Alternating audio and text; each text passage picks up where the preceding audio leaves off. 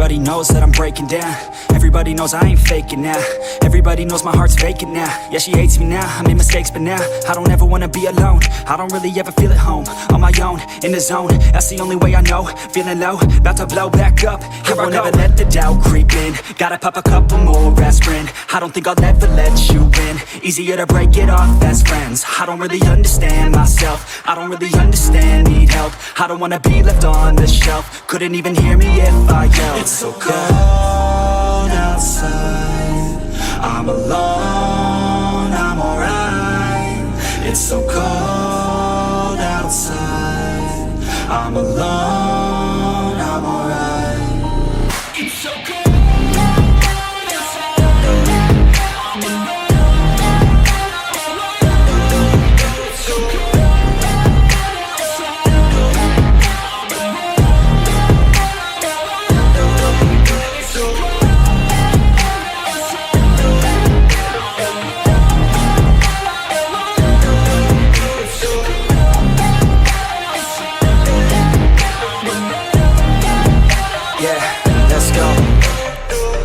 Break down, always feel like I could break now, but I never let it. Hello guys, and welcome back to another video. And today we have what if Gogeta took the place of Goku and Vegeito took the place of Vegeta.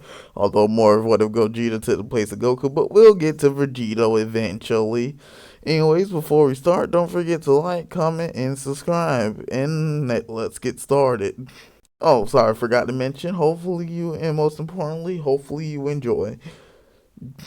Hopping straight into the Red Ribbon Army saga, a few changes obviously happened. A few, I'll only be going over notable ones. First of all, Muscle Tower is basically a breeze for Gogeta, as he either one-shots everyone, and one bass Byron, whatever that pink blob thing name is,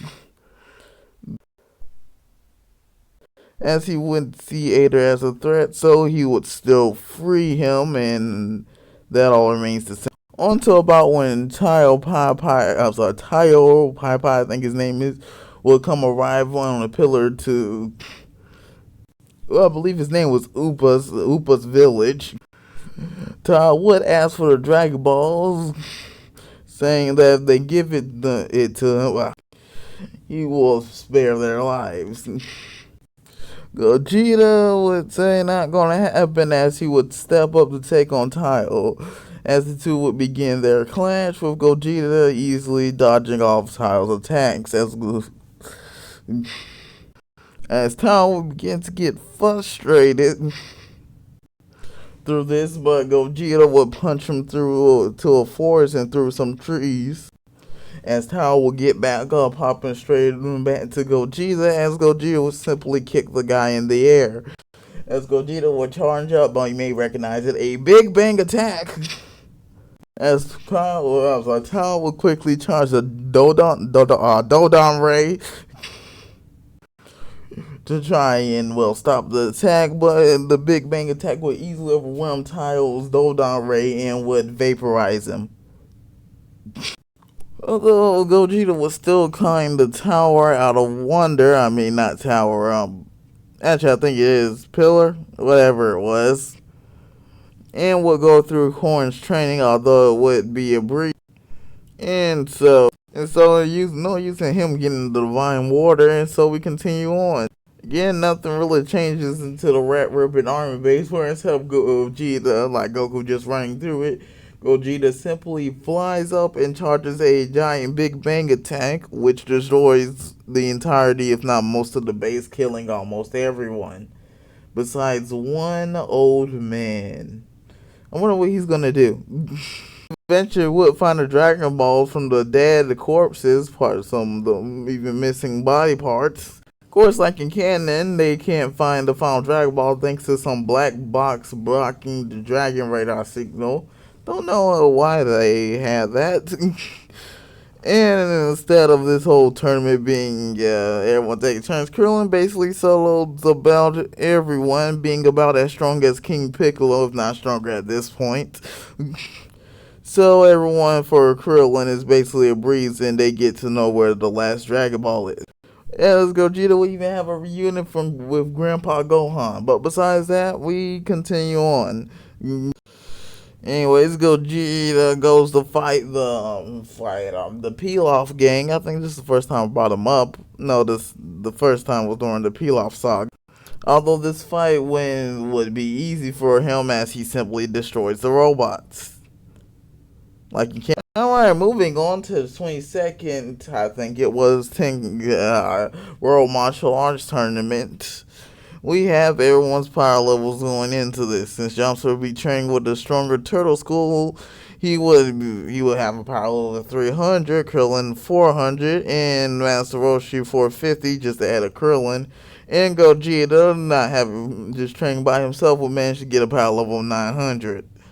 Moving on to the tournament, some notable fights are Tien versus Yamcha. The fight will remain in Yamcha's favor basically almost the entire time, as Yamcha would even start to get a bit cocky and would start throwing some jabs at Tien during the fight. This will start to enrage Tien, who would use his forearms technique.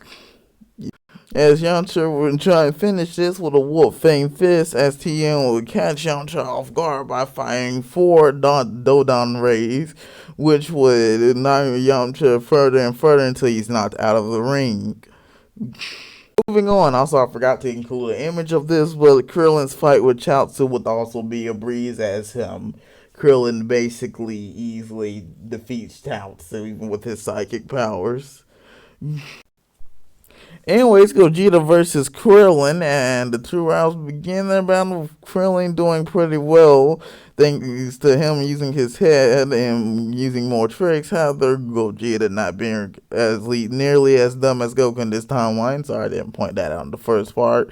Wouldn't fall for most of these tricks, as Krillin would still try using a Kamehameha to distract Gogeta and would go for his tail. However, Gogeta would be able to react in time and land a powerful blow to Krillin's chest and get a ring out. Moving on to our next fight, we have Tien versus Roshi. I mean Jackie Chun. Who's Roshi? Fight begins and Tien's completely overwhelmed by Jackie Chun being superior in both skill and strength. And as Jackie Chun would try passing on some words of wisdom scold him, or not scold him, but words of wisdom about Tien's ways and how it's wrong. But Tien wouldn't listen and would use a Taioken, I think it's called, or its English name, Solar Flare, on Tien, which would blind him, as Tien would levitate in the air as he would charge a... I don't think the Kikoho and Tri-Beams are 2 different techniques, right? And Tri-Beam. As when Jackie Chun finally gets blinded, he will be hit square in the face with a Tri-Beam cannon. I think it's called Tri-Beam. As Tien will fire another one for good measure, which would be enough to knock out Jackie Chun, although Tien would likely collapse after he's declared the winner. Not dying, I can't have him die too early. On to our finals, we have Tien versus Gogeta, as the 2 would begin their fight. Well, it wouldn't be a fight, as Gogeta ironically will absolutely dominate Tien. Man, he can't get a break in this part. As Gogeta will mark out how he's nowhere near as strong as Krillin, as Tien would try his forearm technique. However, Gogeta would dodge it all before landing a punch straight to Tien's chest, sending him back. As Gogeta Avocadius would tell Tien to use his Tri-Beam cannon technique, as Tien would begin to be enraged by his calculus and would combine the technique with his forearm technique and would launch an attack, as it would connect with Gogeta, who would actually be damaged by the attack. However, this would heavily have tired Tien out, as he would fall to the ground, but would continue fighting Gogeta, trying to use Dodon Rays.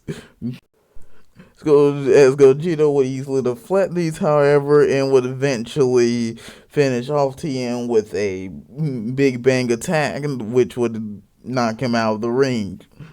From here, the largest things remain the same except for Gogeta wouldn't forget his stuff. Means Tambourine would come inside of the restaurant to attack. Gogeta would easily take down Tambourine. Roshi still recognized the symbol, and that means the return of Demon King Piccolo. That will be handled next week in next part. Hopefully you enjoyed this one. Don't forget to like, comment, and subscribe. And see you next time.